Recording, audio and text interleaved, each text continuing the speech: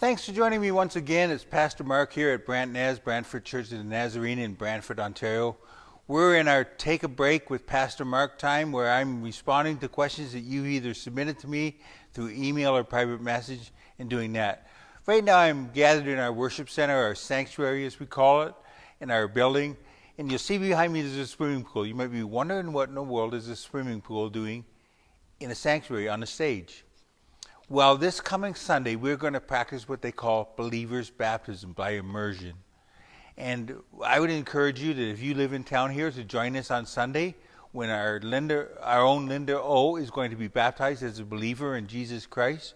Or if you're from out of town, you're more than welcome to join us again on Facebook Live as we will be live streaming the service from there. So we look forward to this great celebration this Sunday morning. This week, where the question is, we say we believe in Jesus and we love Jesus, but nobody wants to die. We say we believe in Jesus and we love Jesus, but nobody wants to die. Why is this? Why is this? Well, thanks for that question. And I have to admit that in all my years of ministry, I think that's the first time I've been asked that question. It's crossed my mind a couple of times, but I don't think anyone's asked me that question before. But this past week, someone submitted that question to me. So I'm going to take a chance at responding to you with that. The Bible tells us, the last book of the Bible, in the book of Revelation, chapter 4, it tells us that God created us for his pleasure. Now, it doesn't mean that he created us like an object or a toy and he was bored and he needs something to play with. It also doesn't tell us, that doesn't mean that he was lonely and he was lacking love or something. He is love himself. He wasn't lonely, so he didn't create us for entertainment. He didn't create us because he was lonely. No, he created us for a relationship with him, to have a relationship with him. He's not interested in... See the trouble when you do live like this? You get interruptions like that. We had the phone go off there. But he's not interested in mere religious practices with us. He wants relationship with us. And that was established with the first couple he created, Adam and Eve. He had deep, intimate, personal relationship with them. That wasn't until they ate of the tree of truth and of good and evil. They had the knowledge of good and evil. And the relationship between Adam and Eve and God was severed. And in fact, that relationship between all of us, all of mankind, all of humankind, and God was severed. But God had the plan of salvation where he would give his son to bring us back and have the opportunity of a restored relationship with him. So through Jesus Christ, we can have that restored relationship with him. Like our person said who submitted this question to us, why does it seem that so few Christians want to die? Well, I would suggest to us, it's as we look at that, it's because we're created for a relationship. And not only do we have a relationship with God, but he's given us a relationship with one another. And that relationship impacts us on an earthly level here. Jesus was close friends with two sisters and a brother named Mary, Martha, and Lazarus. And the Bible records for us that on one occasion, Mary and Martha sent Jesus word that their brother was sick and could he come and heal him. Well, by the time Jesus got to where Mary and Martha were, Lazarus had already passed away and he was placed in the tomb upwards to 4 days before. He was dead. Jesus saw the mourning. Jesus saw the anguish that they were going through. And the Bible records for us that while Jesus spent time with them, he wept. Now, scholars have debated over the years of why did Jesus weep. Did Jesus weep because he lost his own close friend Lazarus? Did Jesus weep because he saw Mary and Martha mourning? Did Jesus weep for some other reason? Well, my point here is not why Jesus wept, but that Jesus wept.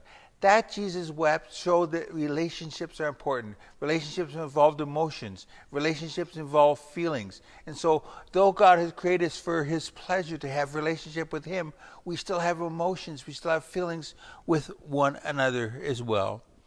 You see, relationships are personal. Relationships do involve deep feeling within us. They do involve emotion.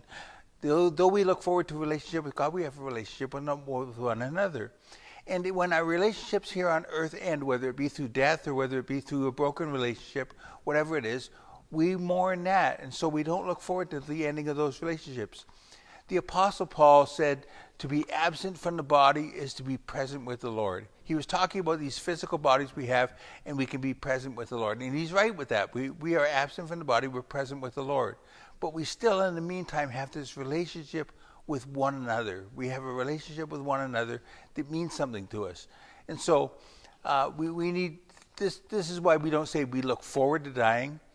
Sure, the Apostle Paul could say that to be absent from the body is to be present with the Lord. And we can look forward to that, but we don't say, well, let's hasten it on.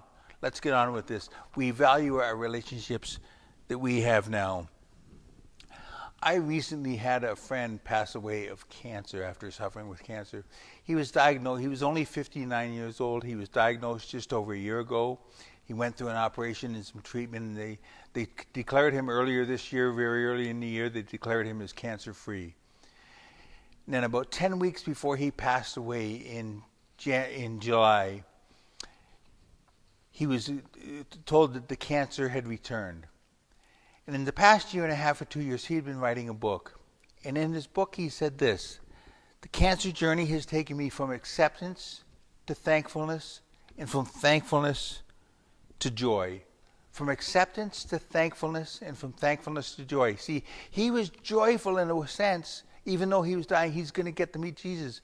But there's still the value of the relationships he had here now. And each one of us is the same. We have the value of our relationships here now. So, though we look forward to the day when we can be fully into the presence of God and enjoy his pleasure, that he's created us for his pleasure, we can enjoy his pleasure. We are not to devalue our relationships now. And in our relationships now, we can hold them dearly to us. So why do no one wants to die? Well, we have relationships with now that we don't want to see broken. And when they're coming to an end, is sometimes we're aware when we're approaching death, if we're aware that we're approaching death, it does hurt us. It does impact our feelings in that. But we know that we have one greater than us, Jesus Christ, who has brought us. If broken relationships didn't matter, God wouldn't have sent his son, Jesus Christ, to die for each and every one of us. But he sent his son to die for each and every one of us. Why? So that we could be in a restored relationship with him. Relationships matter. Relationships matter with us and God in eternal heaven.